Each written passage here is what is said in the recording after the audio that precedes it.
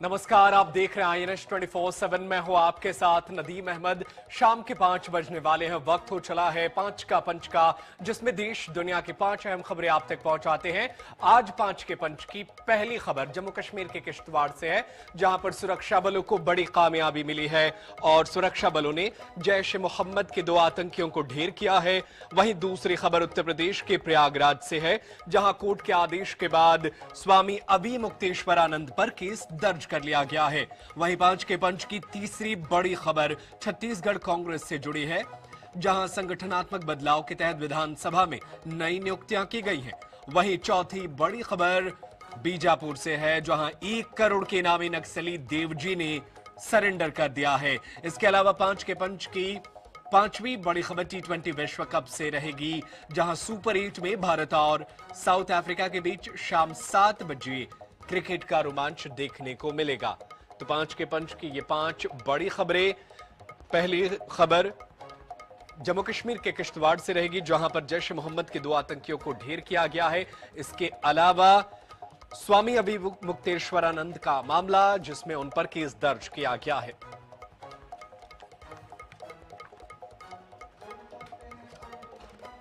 और चलिए खबरों में आगे बढ़ेंगे और 5 के पंच की पांचों खबरों को एक एक कर विस्तार से आप तक पहुंचाएंगे। पहली खबर जम्मू कश्मीर के किश्तवाड़ से है, जहां पर सुरक्षा बलों को बड़ी कामयाबी मिली है और सुरक्षा बलों ने 2 आतंकियों को ढेर कर दिया है। यह पूरा मामला किश्तवाड़ से सामने आया, जहां पर जैश ए मोहम्मद के आतंकी इलाके में घूम रहे थे, मौजूदगी की जानकारी मिली। इसके बाद से सुरक्षा बलों ने कार्रवाई को अंजाम दिया है और 2 आतंकियों को ढेर कर दिया गया है। सुरक्षा बलों ने उस ठिकाने को ही ब्लास्ट से उड़ा दिया जहां आतंकी छुपे हुए थे। एनकाउंटर अभी भी जारी है। अधिकारियों ने कहा कि पाकिस्तान के आतंकी संगठन जैश ए मोहम्मद के 2 से 3 आतंकियों के यहां पर छिपे होने की सूचना मिली थी। इसके बाद सर्च ऑपरेशन चलाया गया, तभी आतंकियों ने फायरिंग कर दी। बता दें कि इससे पहले 4 फरवरी को भी चतरू में ही सुरक्षा बलों ने जैश के ही एक आतंकी को मार गिराया था। वहीं उधमपुर जिले में भी गुफा में छिपे जैश के 2 आतंकियों को ग्रेनेड विस्फोट में मार गिराया था।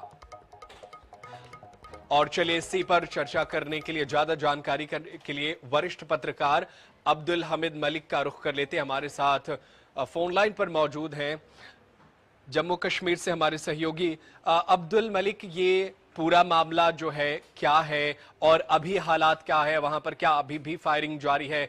इस खबर से जुड़ी तमाम जानकारी जो है विस्तार से बताइए।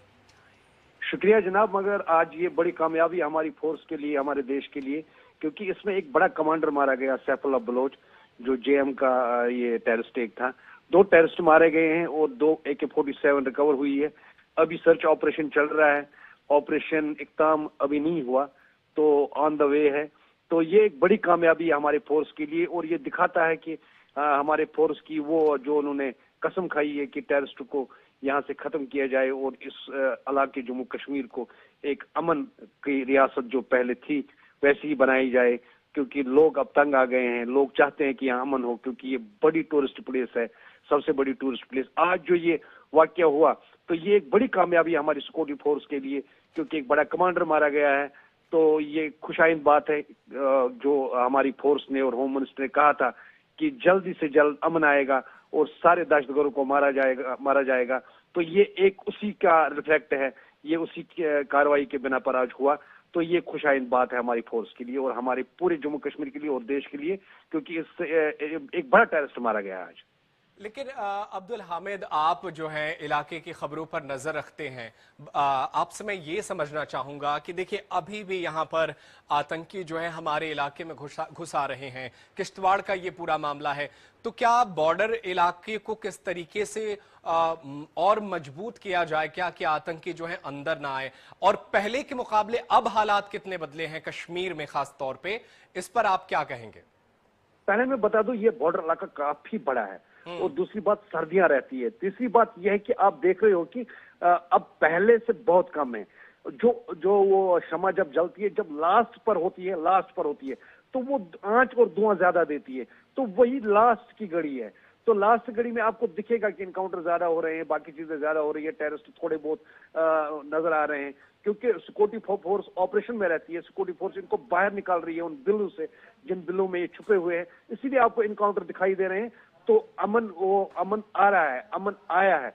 75% से 80% टेररिस्ट खत्म हो गए। अब ये 20% का जो है ये खेल भी खत्म हो जाएगा, क्योंकि लोग यहाँ के अब साथ नहीं दे रहे। जम्मू कश्मीर के लोग तंग आ गए हैं, तो लोग नहीं चाहते यहाँ कि यहाँ गन हो या ग्रेनेड हो या फायरिंग हो।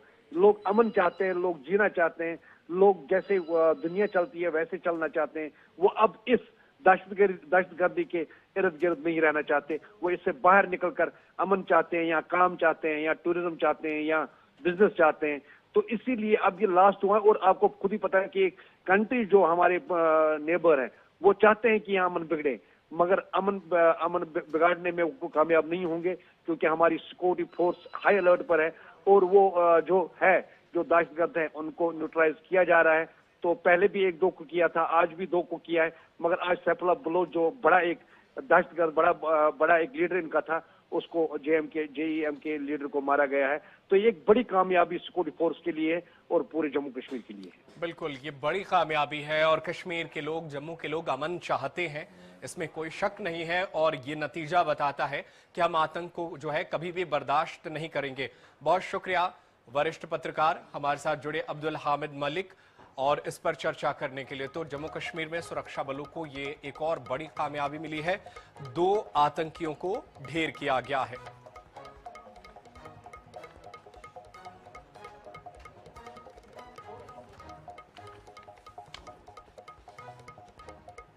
और चलिए खबरों में आगे बढ़ते हैं और 5 के पंच की दूसरी खबर का रुख करते हैं। दूसरी खबर प्रयागराज से जुड़ी है। दरअसल अवी मुक्तेश्वरानंद जो शंकराचार्य हैं, उनका ये पूरा मामला है, उनके ऊपर केस दर्ज किया गया है। हाईकोर्ट के आदेश के बाद से ये केस दर्ज किया गया है, लेकिन जो मामला है, जिस मामले पर केस दर्ज किया गया है, वो बेहद गंभीर है। झूसी थाने में दर्ज एफआईआर में उनके शिष्य मुकुंदानंद और 2 से 3 अज्ञात लोगों को भी इस पूरे मामले में आरोपी बनाया गया है। इलाहाबाद जिला न्यायालय ने पॉक्सो एक्ट कोर्ट ने स्वामी अविमुक्तेश्वरानंद पर एफआईआर दर्ज करने के आदेश दिया था। शाकुंभरी पीठाधीश्वर जो है आशुतोष ब्रह्मचारी की अर्जी पर सुनवाई करते हुए स्पेशल कोर्ट ने ये आदेश दिया था। बता दें कि आरोप लगाने वाले दोनों नाबालिगों के बयान 13 फरवरी को अदालत में वीडियोग्राफी के साथ दर्ज किए गए थे। कोर्ट ने पुलिस रिपोर्ट को भी संज्ञान में लिया और सुनवाई के बाद फैसला सुरक्षित रख लिया था। अब कोर्ट के आदेश के बाद मामले में आगे की कानूनी कार्रवाई होगी। कोर्ट के फैसले के बाद शंकराचार्य ने कहा कि यौन शोषण का केस फर्जी साबित होगा। यह बनाया हुआ मामला है। आशुतोष महाराज रामभद्राचार्य का एक चेला है और वह हिस्ट्री शीटर है। स्वामी अवी मुक्तेश्वरानंद ने कहा कि रामभद्राचार्य से वाक युद्ध चलता रहता है, ये तो सभी लोग जानते ही हैं। उन्होंने हमारे ऊपर अपने चेले को आगे करके फर्जी मुकदमा करवाया है। वो चाहते हैं कि सरकार के खिलाफ गौ माता की रक्षा की आवाज हम नहीं उठाएं, इसीलिए हमारे खिलाफ ये सब हो रहा है।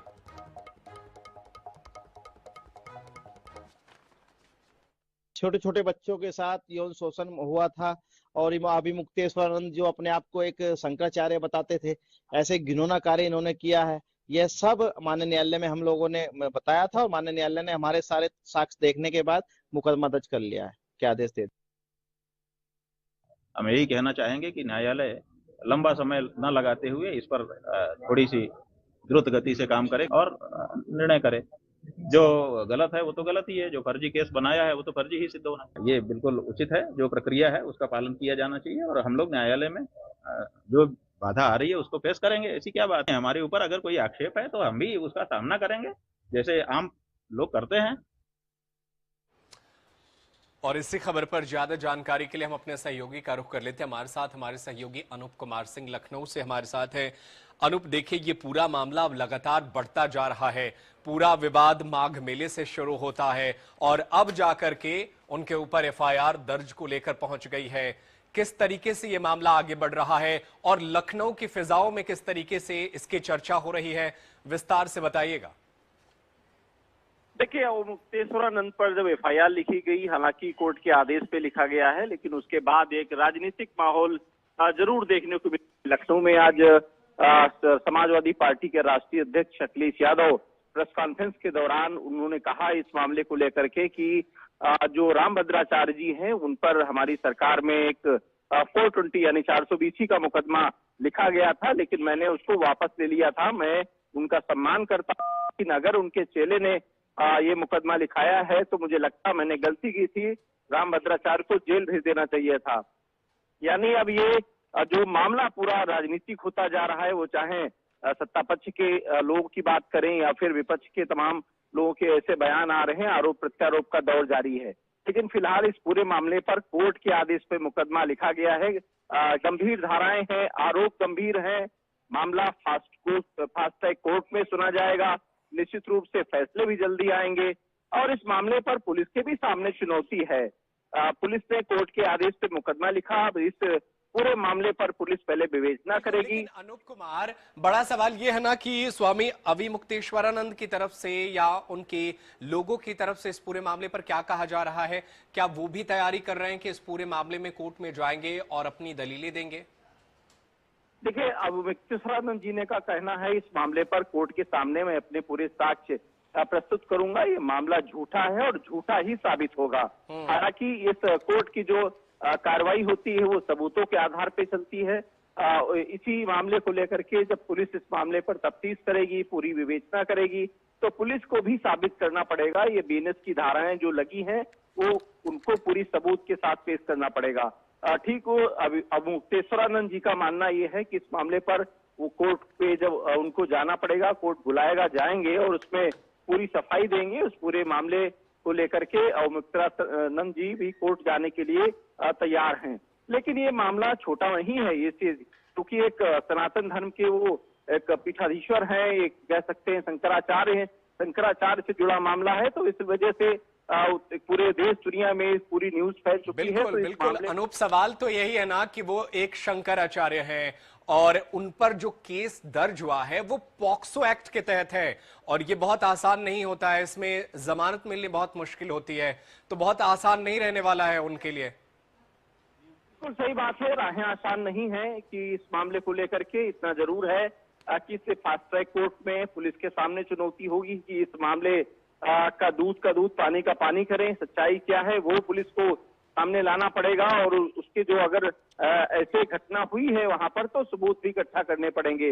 हालांकि अगर कोर्ट उनको जेल भेजता है, जेल भेजने के लिए निर्देश देता है या फिर आदेश देगा, तो मुझे लगता मामला धीरे धीरे गरमाएगा, क्योंकि इस पूरे मामले पर खाली पुलिस और अविमुक्तेश्वरानंद सामने आमने सामने नहीं है, बल्कि पॉलिटिकल मामला भी एक बिल्कुल ये सियासी भी मामला होता जा रहा है। बहुत शुक्रिया अनूप कुमार सिंह, तमाम जानकारी के लिए। आप नजर बनाए रखिएगा, आगे भी आपसे जुड़ेंगे और अपने दर्शकों को अपडेट करते रहेंगे। तो अविमुक्तेश्वरानंद पर फिलहाल मामला दर्ज कर लिया गया है और अब जो है इस पूरे मामले में पुलिस आगे किस तरीके से कानूनी कार्रवाई बढ़ाती है ये देखना होगा।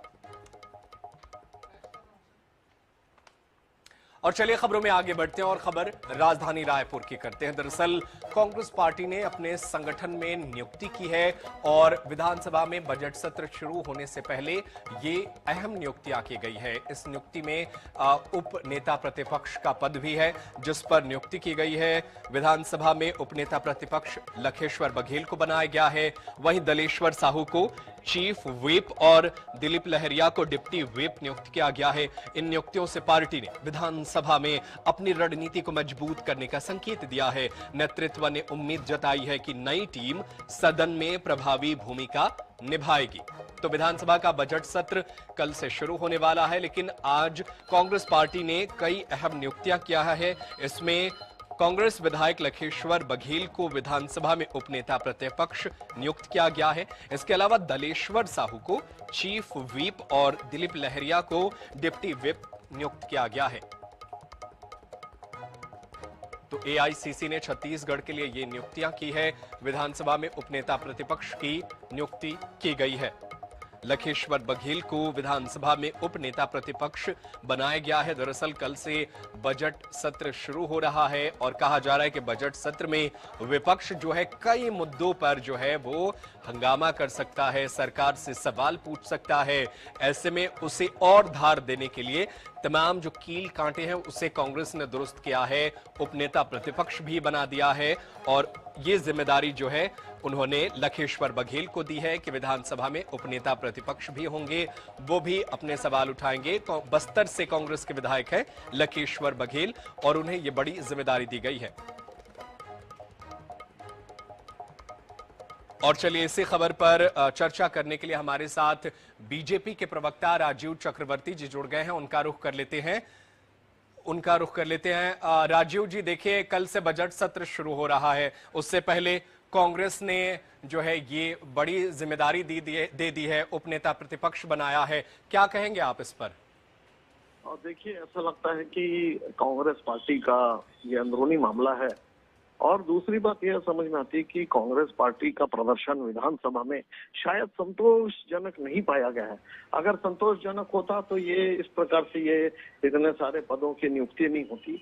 हालांकि मैं सुचिता से स्वीकार करता हूं और नम्रता से ये स्वीकार करता हूं कि कांग्रेस का अंदरूनी मामला है, लेकिन अंदरूनी मामला होने के बावजूद भी यह दिखता है कि कांग्रेस पार्टी के अंदर कुछ मामले हैं जो संगठन के अंदर कुछ अंतरकला है और विधानसभा में ऐसा संतोषजनक प्रदर्शन नहीं दिखता है, जिस कारण से नियुक्ति की गई है। जिस प्रकार से हमारे 14 विधायक जब केवल थे सदन के अंदर, तो सदन की मान मर्यादा के साथ एक जो प्रतिपक्ष होना चाहिए, जो धार प्रतिपक्ष होना चाहिए, जो तेज तर्रार प्रतिपक्ष होना चाहिए, वह प्रतिपक्ष दिखता था, लेकिन कांग्रेस के अंदर वह प्रतिपक्ष दिखलाई नहीं पड़ता है। ठीक है, आप बने रहिए हमारे साथ। धनंजय सिंह ठाकुर है कांग्रेस के प्रवक्ता, वो भी बने हुए हैं, उनका रुख कर लेते हैं। सर, क्या कहेंगे आप? वो तो कह रहे हैं कि वो प्रतिपक्ष जो हम लोगों ने अपनी जिम्मेदारी निभाई वो नहीं दिख रही है और संगठन में कुछ तो गड़बड़ है कि अब जाकर के आपको साल 2 साल के बाद याद आया कि चलिए नेता उप प्रतिपक्ष बना देते हैं। क्या कहेंगे इस पूरे मामले पर? राजीव चक्रवर्ती का भी बयान आपने सुना। देखिए, सदन में नेता उप प्रतिपक्ष बनाया जाता है और ये सामान्य प्रक्रिया है और कांग्रेस पार्टी ने छत्तीसगढ़ के विधानसभा सदन में लखेश्वर बघेल जी को उपनेता प्रतिपक्ष बनाए हैं, वहीं पे डलेश्वर साहू जी को और हमारे दिलीप लहरिया जी को यहाँ पे जो चीफ जो व्हीप होता है और उप चीफ बनाने की जिम्मेदारी दी है। और इससे निश्चित तौर पर कांग्रेस पार्टी जो अभी तक मजबूती से इस साय के सुशासन के खिलाफ, इस जनविरोधी नीतियों के खिलाफ जो सदन पे आवाज उठाते रहे, उसमें और तेजी आएगी। सवाल ये उठता है कि सवाल तो ये भी है ना सर कि 2 साल हो गए, ये पोस्ट जो है वो खाली था, आप 2 साल बाद जो है इस पर किसी की नियुक्ति किए हैं। और कोई सवाल तो नहीं, मैं जवाब दे लेता हूँ ना, फिर पूरा दिक्कत होती बीच में आप रोकते हैं तो। ठीक है, अपनी जवाब। सवाल ये उठ रहा है कि हमारे पार्टी ने अगर नेता उप प्रतिपक्ष बनाया है तो भारतीय जनता पार्टी कौन होती सवाल उठाने वाले? वो भारतीय जनता पार्टी जिनके 15 विधायक थे और 5 साल के भीतर में 3 नेता प्रतिपक्ष बदल दिए थे, वो हमको बता रहे हैं। हमारे में नेता प्रतिपक्ष जगन्नाथ महंत जी हैं, उप नेता प्रतिपक्ष लखेश्वर बघेल जी को बनाया गया है और जो चीफ व्हिप की जिम्मेदारी है डलेश्वर साहू जी को दी गई है। दिलीप लहरे जी को डिप्टी चीफ व्हिप बनाया गया है। तो इनको तकलीफ क्यों हो रहा है? क्योंकि इन्होंने कोई काम किया नहीं है और लगातार हम सदन में जनता की आवाज उठा रहे हैं। सरकार सवाल का जवाब देने से भाग रही है। पहले बार पूरे देश ने देखा है कि सत्ता दल जवाब देने के बजाय हंगामा करके भाग रहे थे, विपक्ष सवाल पूछ के जवाब का इंतजार कर रहा था। इस सरकार के पास बताने को कुछ भी नहीं है। ये सरकार पूरी तरीका से जनता की विश्वास और उनकी जो भावनाएं हैं, ये तो आप कल से विधानसभा में देखने को मिलेगा बजट सत्र में कि सरकार से आप कितने सवाल पूछते हैं, ये तो अहम है। लेकिन आज नियुक्ति हुई है, इस पर जो है वो बीजेपी सवाल उठा रही है। फिलहाल बहुत शुक्रिया आप दोनों का, धनंजय सिंह ठाकुर और राजीव चक्रवर्ती, आप दोनों का हमारे साथ जुड़े, इस पर आपने चर्चा किया। और चलिए खबरों में आगे बढ़ते हैं और 5 के पंच की चौथी खबर आप तक पहुंचाते हैं। एक बार फिर से सुरक्षा बलों को बड़ी कामयाबी मिली है और नक्सल अभियान में एक और जो है बड़ी सफलता मिली है। एक और बड़े नक्सली ने सरेंडर किया है। ये सरेंडर तेलंगाना पुलिस के पास किया है। दरअसल बढ़ते फोर्स के दबाव के बीच तेलंगाना से माओवाद को लेकर यह बड़ी खबर सामने आई। पोलित ब्यूरो मेंबर और केंद्रीय समिति के वरिष्ठ सदस्य देवजी ने 16 माओवादियों के साथ आत्मसमर्पण कर दिया है। वहीं इस मामले को लेकर उप मुख्यमंत्री विजय शर्मा का बयान सामने आया है। उन्होंने कहा कि बसवराजू के न्यूट्रलाइज होने के बाद देवजी बड़ा नक्सली था जिसने सरेंडर कर दिया है। देवजी ने तेलंगाना में सरेंडर किया है। कुछ नाम और शेष है जो निष्क्रिय हैं, उन्हें भी सरेंडर कराया जाएगा। तो वो डेट 31 मार्च अगले महीने आने वाला है, लेकिन उससे पहले ही बड़े बड़े जो नक्सली जो थे, इनके सरदार थे, वो अब एक एक करके सरेंडर कर रहे हैं। और ये सुरक्षा बलों के लिए ये बड़ी कामयाबी मिल रही है कि नक्सल मुक्त छत्तीसगढ़ और नक्सल मुक्त देश बने, उसमें ये अहम कामयाबी है कि राष्ट्रीय स्तर पर जो परिदृश्य है उसके आधार पर आज ये जो सूचना आ रही है कि तेलंगाना में तेलंगाना पुलिस के सामने देवजी ने, बसवराजू जो पहले जनरल सेक्रेटरी था इसका, उसके बाद देवजी सेकंड सीनियर मोस्ट व्यक्ति था जो अभी जनरल सेक्रेटरी के नाते काम कर रहा था, उसने सरेंडर किया है। और साथ ही साथ मल्ला राजू रेड्डी जो संग्राम नाम से हमारे यहाँ छत्तीसगढ़ के विभिन्न क्षेत्रों में, विशेष रूप से गढ़चिरौली और छत्तीसगढ़ के माने हमारे अबूझमाड़ के क्षेत्र में दशकों से सक्रिय रहा है, उसने भी आज सरेंडर किया है। ये बहुत बड़ी जीत है और मैं सोचता हूं कि अंतिम पड़ाव जो इस पूरे नक्सलिज्म के समापन के लिए है उस पर हम पहुंच चुके हैं। इसके बाद शीर्षस्थ नेतृत्व में जो एक आध व्यक्ति है वो बहुत बुजुर्ग है, स्थिति उनकी स्पष्ट नहीं है। एक व्यक्ति दो व्यक्ति और हैं जिनके उतनी सक्रियता नहीं है जितनी इनकी सक्रियता थी, और उसके बावजूद जो कुछ नाम और हैं उनसे भी बातचीत चल ही रही है। और मैं सोचता हूं कि करेगोटालू पर चलने वाला आज अभी जो वर्तमान में अभियान चल रहा है उसमें भी सफलता हमको मिलेगी। 89 अभी तक आईडीज उसमें से रिमूव किए जा चुके हैं, उस पर भी सफलता मिलेगी। वो जो गढ़ बनाकर अपना रखे हैं वो गढ़ ढह जाएगा अब, और साथ ही साथ नक्सलिज्म समूल नाश इसका 31 मार्च 2026 तक अवश्य संभावी है, बिल्कुल हो जाएगा।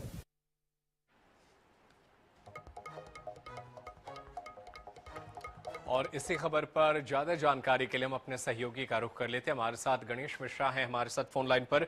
गणेश, देखिए ये बड़ी कामयाबी है और 16 नक्सलियों ने आत्मसमर्पण किया है। अभी वहां के हालात क्या हैं? कुछ जानकारी है कि आने वाले वक्त में और बड़ी संख्या में नक्सली क्या सरेंडर करने की तैयारी कर रहे हैं? जी देखिए, बिल्कुल अगर ऐसी बात है कि अगर देवजी ने समर्पण किया है तो बड़ी सफलता फोर्स के लिए और सरकार के लिए भी है। पर जिस तरीके से बसवराजू के मारे जाने के बाद देवजी को नक्सलियों का चीफ बनाया गया, नक्सलियों का महासचिव बनाया गया, उसके बाद से लगातार जिस तरीके से जवानों का जो नक्सलियों पर दबाव बढ़ा था, उसके बाद लगातार नक्सली बैकफुट पर रहे हैं। और अब जिस तरीके से तेलंगाना से खबर आ रही है कि देवजी ने समर्पण किया, हालांकि इस पर अभी तक आधिकारिक पुष्टि नहीं हुई है। उसके अलावा संग्राम और मल्ला राज रेड्डी के अलावा गगन्ना के साथ लगभग 14 नक्सलियों के समर्पण करने की खबर आ रही है। आधिकारिक पुष्टि आना बाकी है, लेकिन नक्सलियों के खिलाफ जो है ये बड़ी कामयाबी है। बहुत शुक्रिया गणेश मिश्रा, तमाम जानकारी के लिए। आप नजर बनाए रखिएगा, आगे भी आपसे जानकारी हासिल करते रहेंगे।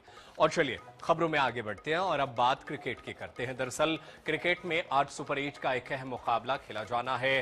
भारत और दक्षिण अफ्रीका के बीच ये मुकाबला खेला जाएगा। नरेंद्र मोदी स्टेडियम में ये मुकाबला जो है आज होगा। एक ओर सूर्य कुमार यादव की अगुवाई वाली भारतीय टीम है तो दूसरी ओर एडन मार्करम की कप्तानी वाली दक्षिण अफ्रीका की टीम है। दोनों ही मुकाबले अब तक नहीं गंवाए हैं, लेकिन रविवार को एक टीम का विजयी रथ रुकना तय है। बता दें कि भारत और दक्षिण अफ्रीका के बीच 2024 के T20 विश्व कप का फाइनल मुकाबला खेला गया था। तो क्रिकेट में आज ये एक अहम मुकाबला और 5 के पंच में आज के लिए इतना ही। देश दुनिया की खबरें लगातार जारी है। आप देखते रहिए INS 24/7। धन्यवाद।